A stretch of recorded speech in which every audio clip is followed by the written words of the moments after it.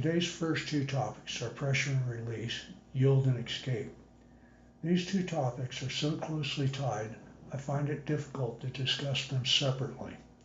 What I want the horse to discover is that when I apply pressure, she will need to respond in an appropriate movement that I'll term a yield. A good horseman wants that applied pressure to be invisible to an outside observer. Ray Hunt used to point out that the pressure of a fly walking across a horse's skin would cause the horse to twitch its skin in that area. The weight of the fly was how little pressure was needed to cause a response. What do I call pressure? The crudest form of pressure is a physical blow. I do not advocate this kind of pressure. Pressure can be a physical touch or a simple gesture. When mounted on a horse, a slight amount of pressure from the rider's calf against the horse's side can cause the horse to give to that pressure by yielding its body away from it. On the ground, a simple gesture could be pointing a finger at the horse's flank, causing it to yield away from the pressure by stepping its hind end away from it. If you think pointing is not applying pressure, the next time you're in a crowd, pick out a stranger near you and start pointing at them.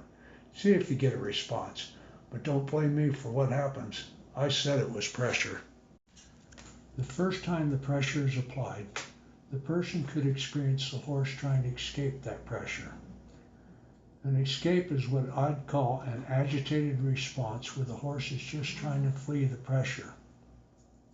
If the horse makes the correct movement, even though it is in an agitated state of mind, the pressure is released. The release is the reward the horse gets for making the correct movement. If the horse doesn't make the correct movement, the human should maintain the pressure until the horse finds the correct movement. Care should be taken to not cause the horse to become more agitated. If the horseman is asking the horse to walk forward for the first time, he would give the horse a gesture that would come to mean step forward to the horse. If the horse doesn't step forward, the person would apply more pressure by swinging a rope towards the back of the horse. If the horse still doesn't move forward, the horseman may choose to slap the rope against their own leg, causing a popping sound. If the horse moves a foot even slightly forward, the horseman would accept that and release the pressure by stopping all movement of the rope and dropping the gesture. I can't stress enough that the release of the pressure is the reward. If the exercise is repeated enough times, the horse will begin to yield instead of escape when the pressure is applied.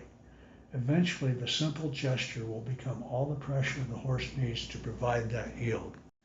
Desensitizing a horse is the opposite.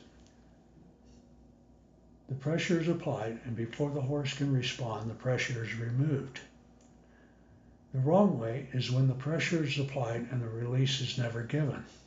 The horse will finally give up and quit trying to find the release and then just accept the pressure.